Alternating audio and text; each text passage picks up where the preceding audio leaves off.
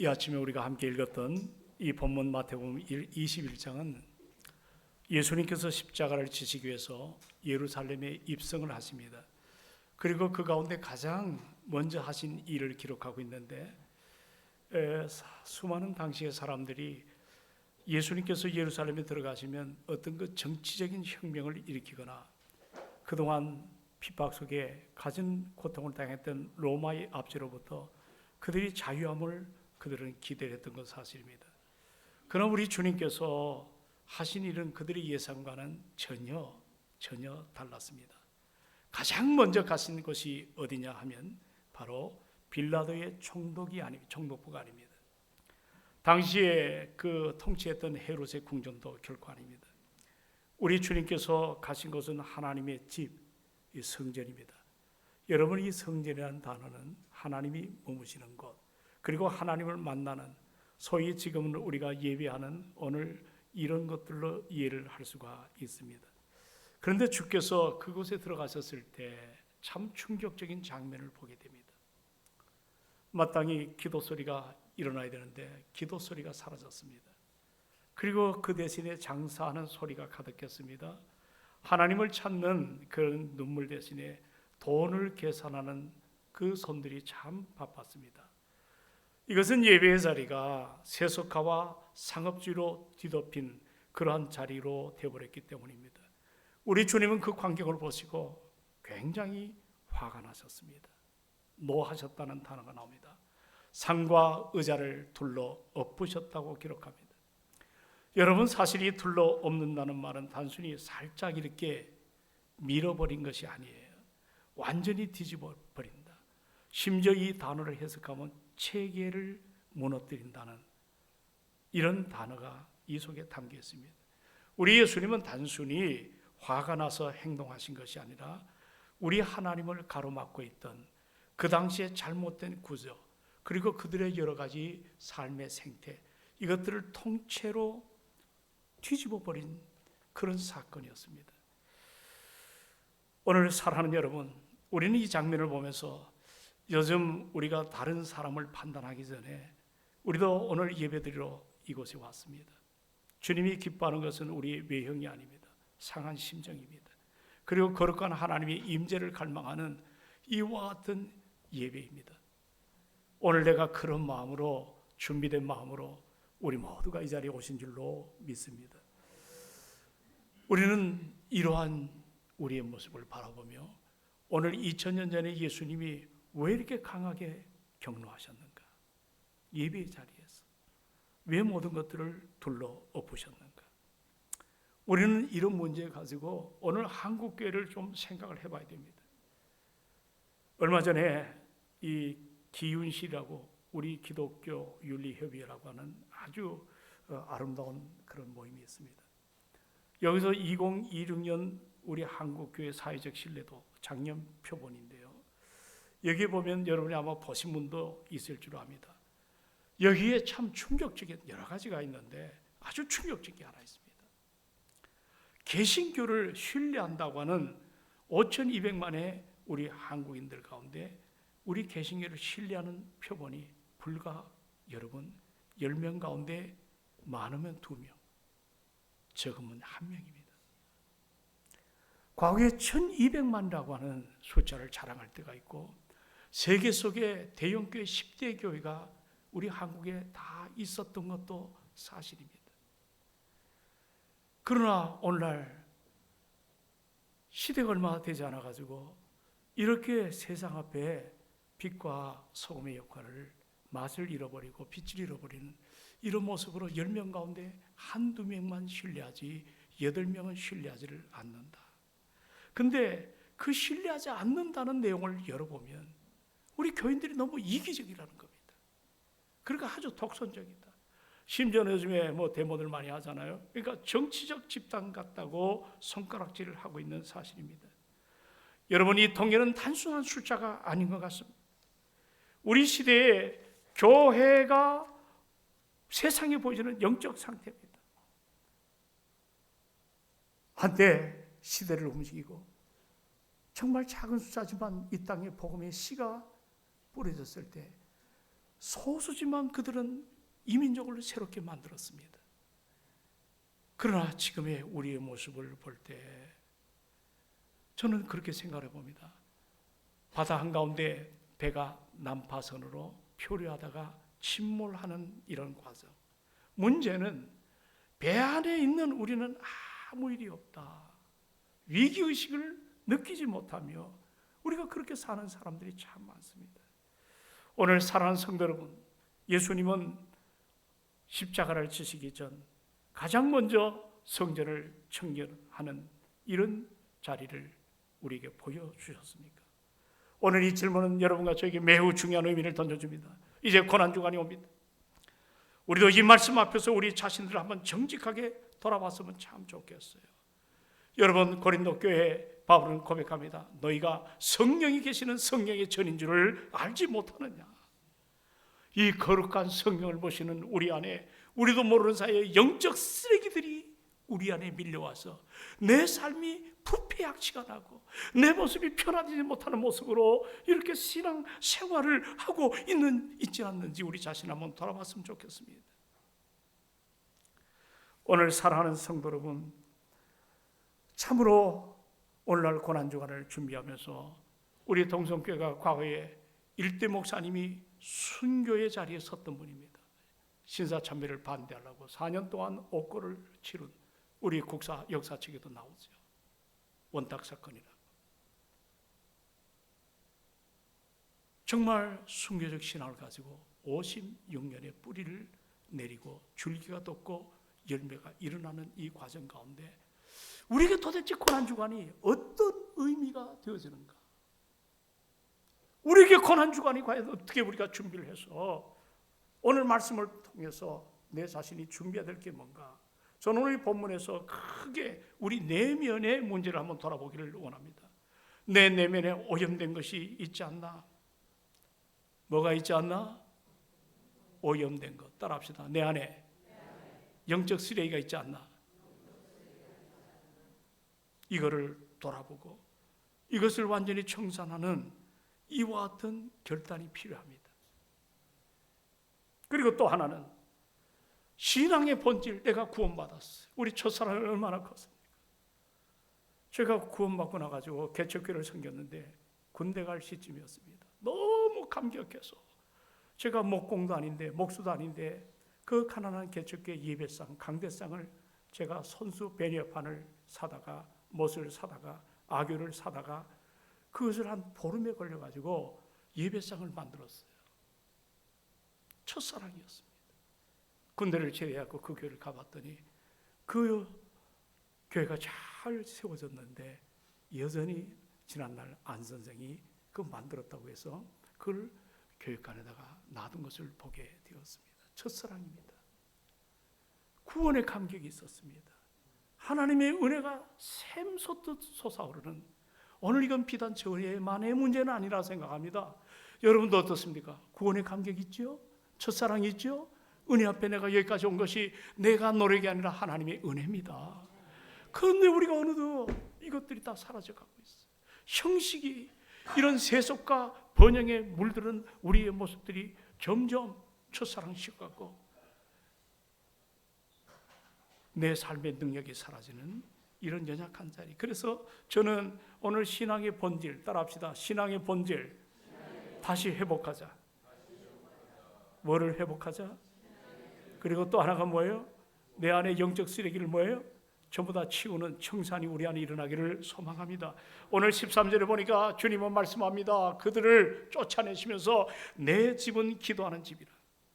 일컬음을 받으니라 하였거늘 너희는 바로 이 만민이 기도하는 집을 무엇으로 바꿨다? 강도의 소굴로 만든다 그랬습니다. 예루살렘 성전 안에 있던 장사꾼들을 내쫓으며 하신 말씀 아니에요. 그러니까 우리 예수님이 눈에 비쳤던 저 성전의 문제는 마땅히 기도해야 될 그런 현장인데 성전이 어느 날 강도의 소굴로 되었단 말이에요.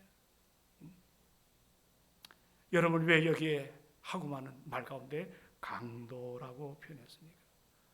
이 말은 단순히 남의 것을 훔쳐서 어떤 그 삶을 어렵게 만드는 그런 정도의 문제가 아닙니다. 이 강도란 말은 무력으로 사용해서 남의 것을 강제로 탈취하는, 약탈하는 강탈자, 이게 강도입니다.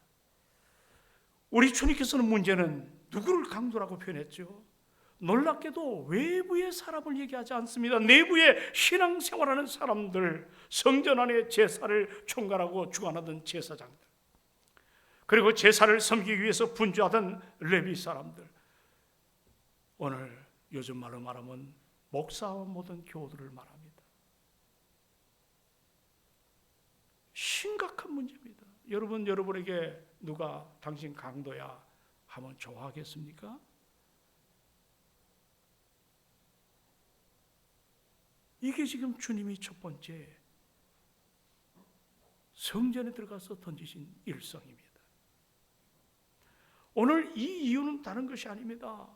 당시의 소위 신앙인들이 주님께 마땅히 드려야 될 거룩과 영광을 가로챘기 때문입니다. 여러분 따라합시다. 성전은 하나님의 거룩함이 드러나야 될 현장이다. 조심스럽습니다. 예배 따로, 여러분이 러비나이트 데서 또 따로. 그 말씀을 좀 검시 보면 참 좋겠는데, 요 짧은 시간도 정리가 안 되는, 만약에 그런 문제를 우리가 갖고 계시다면 그 거룩이 드러나는 게 아닙니다. 내 안에 갖고 있던 영적인 쓰레기들이 토해지는 현장입니다.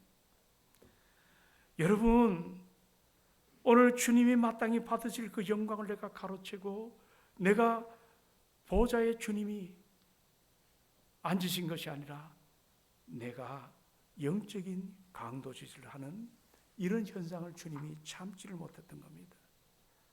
오늘 또 하나의 문제가 뭔지 아십니까? 이들이 성전에서 환전을 하고 짐승을 파는 이 현장은 소위 이방인의 뜰이라고 하는 현장입니다. 당시에 그 절기 때는 요세푸스의 문헌에 보면 한 200만이 예루살렘에 들어왔다 그래요. 어마어마한 숫자입니다. 대전 시에 사는 모든 사람을 합친 숫자만큼. 근데 그들은 우리 아시잖아요. 빈손으로 오질 못합니다. 좀 부한 사람은 소를 잡으시고, 소를 가지고, 보통 사람은 양. 아무리 가난해도 빈손으로 오면 안 됩니다. 반구라고 하는 비둘기를 갖고 옵니다. 근데 이것이 짧은 가까운 길이면 괜찮겠지만 아주 먼 길이에요. 그러니까 여러분, 짐승도 구별됐잖아요. 눈먼 거 안 되고 병든 거 안 되고 뭔가 여러 가지로 잘못된 거 안 돼요. 첫 것이야 되고 정결해야 됩니다. 그러나 오랫동안 오다 보면 그 생물인 그 생축이 병이 들릴 수도 있고 중간에 죽을 수도 있으니까 아마 그 당시 성전의 지도자들이 합의를 한 것 같습니다. 저러다 보면 제대로 예물을 하나님께 드릴 수가 없다. 그래서 감람산 근처에 하나의 이 생축을 모아놓은 그 도축용, 그런 장소를 만들었습니다. 아주 좋은 제도죠. 그리고 두 번째로 예배당에 올 때 당시에 로마의 돈을 갖고 통역하는데 성전은 유대인들은 아주 보수적입니다. 성전세를 로마 돈으로 받지 않습니다. 그러니까 어쩔 수 없이 환전을 해야 됩니다. 그래서 환전도 그들에게는 편리한 하나의 일상이었습니다. 그러나 문제는 이것이 자꾸 고착화 되다 보니까 처음에 가졌던 그 진정성은 사라지게 되고 나중에 점점 형식주의와 세속과 더불어 가지고 어떤 번영, 물량주의가 그들의 심령 안에 파고들기 시작했습니다. 그러다 보니까 돈맛이 일어나지 않습니까? 야합을 해가지고 병든 소나 양을 잡아다가 비싼 값에 팔아도 할 말이 없습니다. 이러다 보니까 이방인의 뜰이 경건한 영적 제사, 가난하고 소외되고 불쌍한 사람들, 정말 이 땅에 어디 하나 발붙일 수 없는 사람들을 끌어안고 주님의 자비가 일어나야 될 그 현장에 그 선량한 불쌍한 사람을 다 내쫓고 이와 같이 상업주의가 만연된 이 현장이 오늘 주님께서 봤던 예루살렘 성에 들어가서 첫 번째 했던 일이었습니다. 오늘 사랑하는 여러분, 정말 우리가 가져야 될 일이 있습니다. 우리도 신앙인으로 살아가지만 여러분, 여러분의 신앙의 삶을 한번 돌아보시기를 부탁을 드립니다. 저는 내 안에 영적 쓰레기가 안 목사가 최고 많은 것 같아요. 왜냐하면 다양한 사람을 대상하니까. 설교에 치이죠. 신방에 치이죠. 새벽을 수십 년 동안 비가 오나 눈이 오나 사람들이 있든 없든 간에 엎드리죠. 그 내 안에 은혜의 샘물이 터져야 되는데 어떨 때는 마음에 불편함이 자꾸 생깁니다. 누가 알아주는 것 같지도 않고 이거 꼭 이렇게 해도 되는가? 이런 여러 가지 고민이 날 때 이게 쓰레기입니다. 제 안에. 남에게 드러나 보이려고 하고 내 의의가 자꾸 나도 모르게 쌓이게 되고 이게 담임 목사의 영적인 쓰레기입니다. 오늘 그러면 좀 바꿔 질문 드리겠습니다. 오늘 여러분 안에는 영적 쓰레기가 없나요?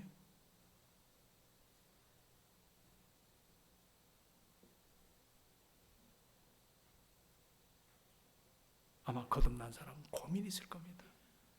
이게 그냥 종교적 열심을 가지고 온 사람들은 아무 의미가 없는 현장 일는지도 모르겠어. 근데 한번 생각해 보세요. 어느 날 바울이 고린도 교회가 왜 이렇게 안 바뀌는가? 고린도 전서를 사랑을 아무리 외쳐도 사랑이 없습니다. 고린도 후서를 또 보냈습니다. 그럴 때 고린도 후서 마지막 13장에 바울이 단호하게 얘기합니다. 고린도 성도 여러분, 너희가 믿음 안에 있는가 너희 자신을 시험하고 너희 자신을 확증하라고 표현합니다. 바울은 너희들 다른 사람, 여러분의 시선으로 그들의 어떤 외형적인 거 판단하지 말고 너부터 너 자신을 한번 살펴보라는 거예요. 바울은 이어서 말합니다. 이어서 그리스도께서 너희 안에 계신 줄 너희가 스스로 알지 못하느냐? 참된 믿음은 단지 지식이 아니에요.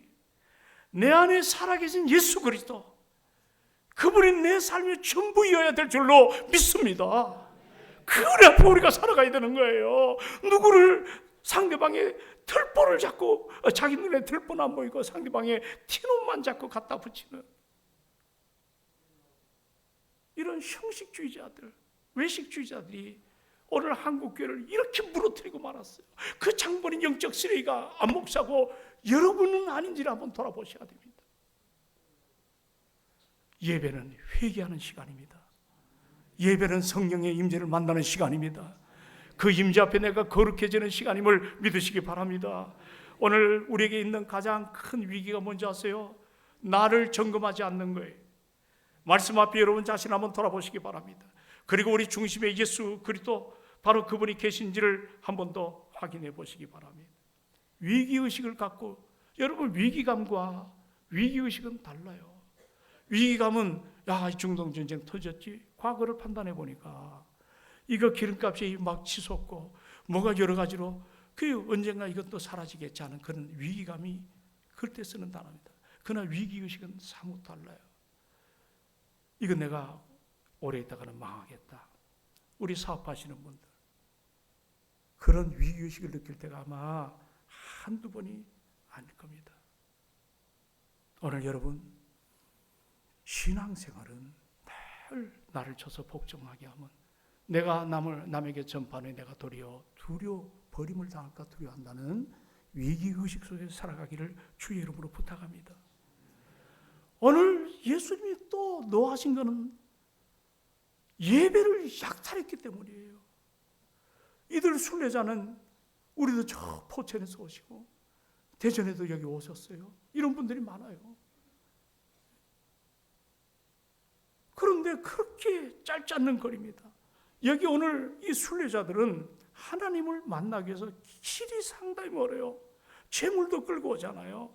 그래서 주변에 재물 사지요, 성전세 내지요, 모든 것 이렇게 되다 보니까 여러분 오늘 그들이 얼마나 고단합니까? 그런데 설상가상으로 여기에 돈 맛을 알고 세상 맛을 아는 종교인들이 과대 포장을 해가지고 그 합법적인 찬탈이죠. 세를 100원 받을 거 1000원을 받고 짐승 병든 거 도장 찍어주면 합격하니까 병든 거 이 눈먼 거, 저는 거 이걸 다 통과시키는 이런 야합이 일어나는 이런 가운데 허탈감이 생기지 않겠습니까? 오늘 이방인들의 공간이 세속의 차지였습니다. 이방인들에게 유일한 공간 사라져버렸습니다. 오늘 저는 받고 질문합니다. 여러분 가운데 예배자로 오신 거 훌륭하십니다. 근데 지금 이 시간에 예배 자리에 앉았지만 마음으로 강도의 일을 하고 있지 않는가?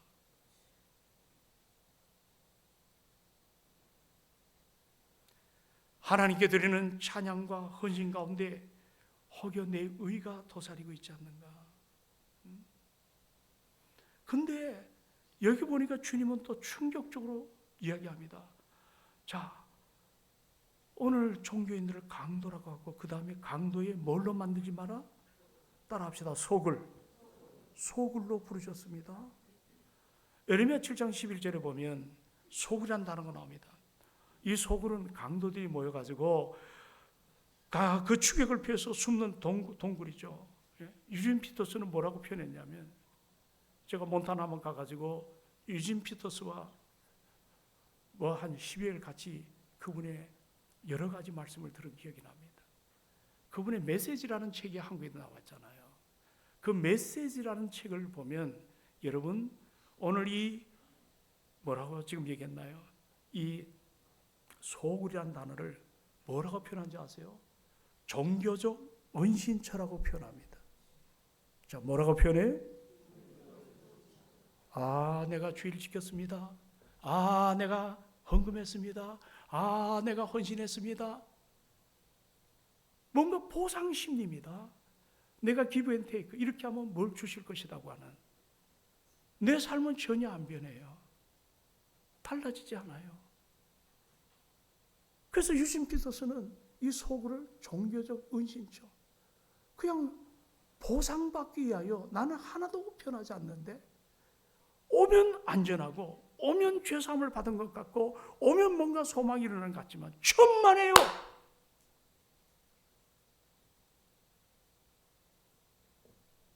달라졌나요? 바뀌어졌나요? 회개하셨나요?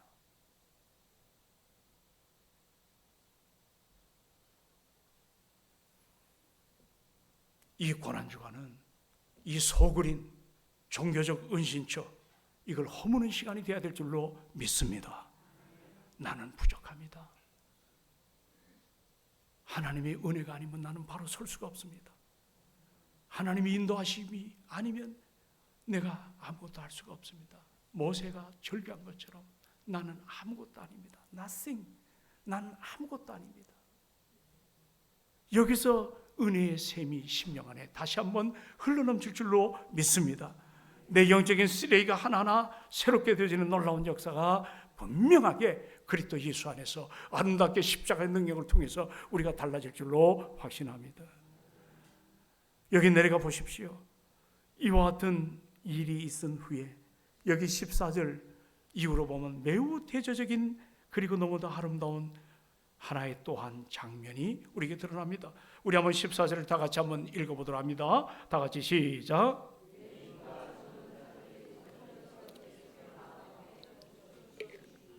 예, 다시 한번 읽습니다. 자, 시작. 맹인과 저는 자들이 성전에서 예수께 나오며 고쳐주셨다. 나는 예배의 임재 속에 치료가 일어나는 이 확신하는 목사 중에 한 사람입니다. 어젯밤에 동산교회 은퇴하신 원로 목사님 김인중 목사님, 이번에 안산에서 다시 한번 새롭게 한번 좀 뭘 변화시키자 그래서 얘기하는데, 우리 개혁주의 교회는 뭔가 율법이나 거룩성은 따지는데 성령이 부족하다. 성령 체험이 없다. 여러분, 성령이 아니고서는 예수를 주라고 시인할 수도 없고 성경이 아니고서는 우리가 새로워질 수가 없음을 고백을 해야 될 줄로 믿습니다. 근데 성경의 역사 가운데 다양하잖아요. 방언도 할 수가 있고 각종 은사를 우리가 다 주님이 드러나는 은사를, 지금은 그런 시대가 아니라고 하는 신학자도 있지만 체험을 안 해서 그래요. 은혜 받으면 방언도 할 수 있고, 저는 교육주 입장에선 목사입니다. 은혜를 받으면 성령으로 하나님의 은혜 앞에 감동이 일어날 줄로 믿습니다. 김인중 목사님이 그 얘기하더라고요. 성경 체험을 하자. 우리가 살 수 있는 길은 그 길이다. 한국교회가 왜 이렇게 토초화됐는가? 사랑하는 여러분, 그 중에 하나가 치료입니다. 우리 교회도 그런 일이 많이 일어나잖아요. 옛날 일대 목사님은 여러분 안진병이도 고쳤어요. 제가 그 얘기를 듣고 감동을 받았어요. 이대 목사님은 유능한 의사입니다. 어느 귀신 들린 집에 갔습니다. 옆에 제가 항상 체크망을 끼고 13년을 부목했습니다. 목사님은 미국에서 어려운 대학에서 의학 박사를 받았습니다. 안수기도 하는데 나는 놀랐어요. 이분이 목사 맞나? 이분이 의사가 맞나? 에이샹 하면서 막 기도하시더라고. 도저히 그분의 성품과 인격을 보고는 이해를 안 갔습니다. 그러나 사탄이 역사하니까 성령의 능력으로 귀신을 쫓아내는 교회 안에 일어났습니다. 제가 3번째 목회하는데 참 저는 변변하지 못합니다. 그러나 저는 소망합니다. 예배 가운데 임하신 주님이 계십니다. 여러분을 치료하시기를 원하십니다. 말씀으로 여러분을 새롭게 하시기를 원하십니다. 우리가 이 은혜 앞에 아름답게 서기를 주의 이름으로 축원을 드립니다. 고쳤다. 두 번째는 어린아이들이 호산나를 부르네. 어른들은 막 뿔이 나고 화가 나서 노했다고 단어가 쓰여지는데 15절에 어린아이들이 방방 뜨는 거예요. 호산나 참여합니다. 주여 우리를 구원하세요. 주여 우리를 구원하세요.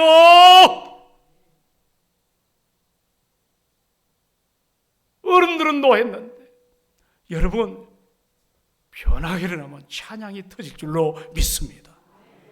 찬양의 역사가 나타날 줄로 믿습니다. 경건의 능력이 아닙니다. 경건의 모양은 있지만 경건의 능력을 상실한 아픔을 성경은 말씀하고 있지 않습니까?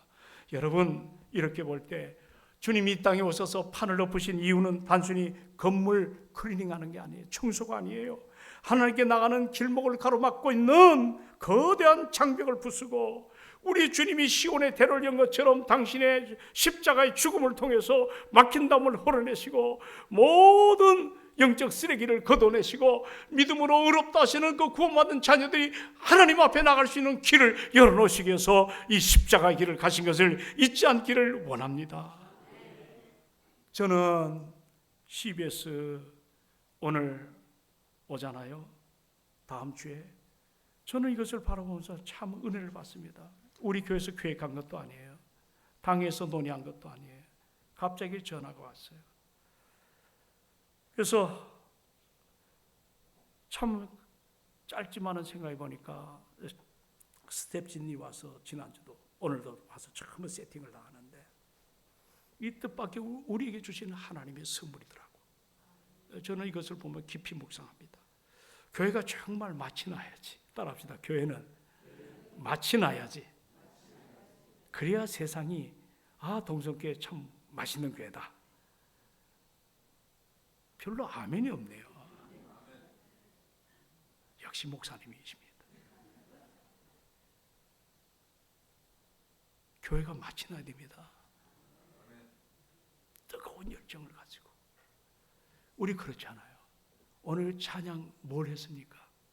놀라운 사실은 90%가 찬양하고 모른대요. 내가 노래한 걸 모른대요. 이게 통증입니다. 뭘 불렀는지도 몰라요. 90%. 누가 책임인가? 바로 우리 자신입니다. 어린애들이 팡팡 뜨면서 호산나, 호산나 찬미했어요. 우리를 구원해달라고 하는 그 가슴 안에 그리스도 예수가 이 땅에 오신 것을 알고 찬양하지 않았습니까? 나는 이번에 CBS 만나는 이 교회에 오시는 분, 우리 옛날 혹시 기억나나요? 주드가 액체에서 졸업을 했어요. 우리 교회 참 감사할 일이 많습니다. 그 어려운 친구를 IT를 제가 2번 갔잖아요. 그래서 그분을 데리고 왔습니다. 여기서 아시아 연합신학대학에 공부를 다 시키고 대학원 다 졸업했고 여기서 한수를 받았어요. 근데 그때 만난 사람이 표인봉 형제입니다. 지금 목사가 되셨어요. 그런데 그때 그 한 사람을 목사로 만들기 위해서 김원희 집사, 주변에 수많은 연예인들, 그리고 수많은 유수한 정치인들, 의사들이 그 한 사람에게 달려들어 IT의 구원을 위해서 애를 썼습니다. 우리 교회가 오랜 세월 함께 그를 사역을 했습니다. 지금도 우리는 후원하고 있습니다. 여러분,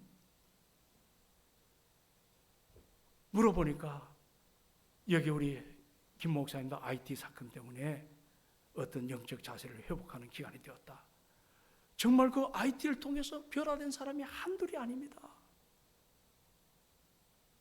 우리 교회가 여러분은 잊혀졌는지 모르지만 하나님은 우리 교회를 통해서 당신의 역사를 일으키시는 걸 보게 됩니다. 이번에 이 만나는 교회라는 프로그램도 우린 전혀 준비 예비 안 됐습니다. 우리 한 권사님이 5년 동안 식물인간으로 그 같이 갔던 권사님 막 우십니다.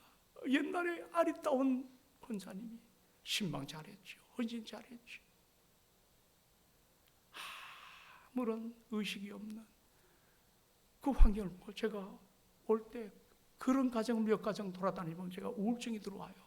굉장히 힘들어요, 목회. 근데 오다 생각했습니다. 우리 교회의 어려운 분들 저렇게 평생을 정말 없으면 헌금하죠. 자기 모든 삶, 어떤 친구는 예배당지인데 머리카락까지 잘랐습니다. 옛날 머리털 했을 때 있지 않습니까? 저 얘기 다 들었습니다. 그래가지고 주님의 교회가 아름답게 세워졌습니다. 이제는 지역이 어마무시하게 변합니다. 우리가 가진 땅덩어리가 작은 땅덩어리가 아닙니다. 지난달 그분들의 눈물과 희생입니다. 가만히 보니까 오다가 생각이 났어요. 이 앞에 CGV에도 우리 어르신들이 이 영화관 가본 적이 없는 사람이 굉장히 많습니다. 자기 좌석이 뭔지도 모르고 왔다 갔다 하면 어디 좋은 좌석 있으면 앉아있는데 나오라고. 모르니까 그러는 거예요. 우리 교인들이 그러더라고요. 그분들 좀 섬기고 싶었어요. 그렇게 영화 보고 어떤 분은 이거 어떻게 살해를 해야 되는가. 헌금도 하시더라고요. 식사까지 대접을 교회에서 했잖아요. 너무 좋아요. 근데 그분들 얼마 안 되는 물질이지만 그분들이 건강할 때 젊었을 때 어려움을 다 함께 십자가를 지고 이겨냈습니다. 앞으로도 이겨내야 될 줄로 믿습니다. 저는 이제 얼마 안 있으면 은퇴하는 목사입니다. 마음이 조급해집니다. 나도 부족하지만 나보다 훨 좋은 교육자가 와야지. 오래전부터 기도하고 준비하고 또 준비합니다. 이게 쉬운 일이 아닙니다. 그래서 은퇴하신 장로님에게도 좀 여쭤보고 여기저기 하면서 이제 판단은 일단은 담임이 정리를 해야 되겠죠. 주님 오시는 그날까지 교회가 건강해야 될 줄로 믿습니다. 그를 위해서 우리가 사랑하는 여러분 서로 아끼고 하나가 되고 서로 힘을 합해야 되는 것 아니겠어요?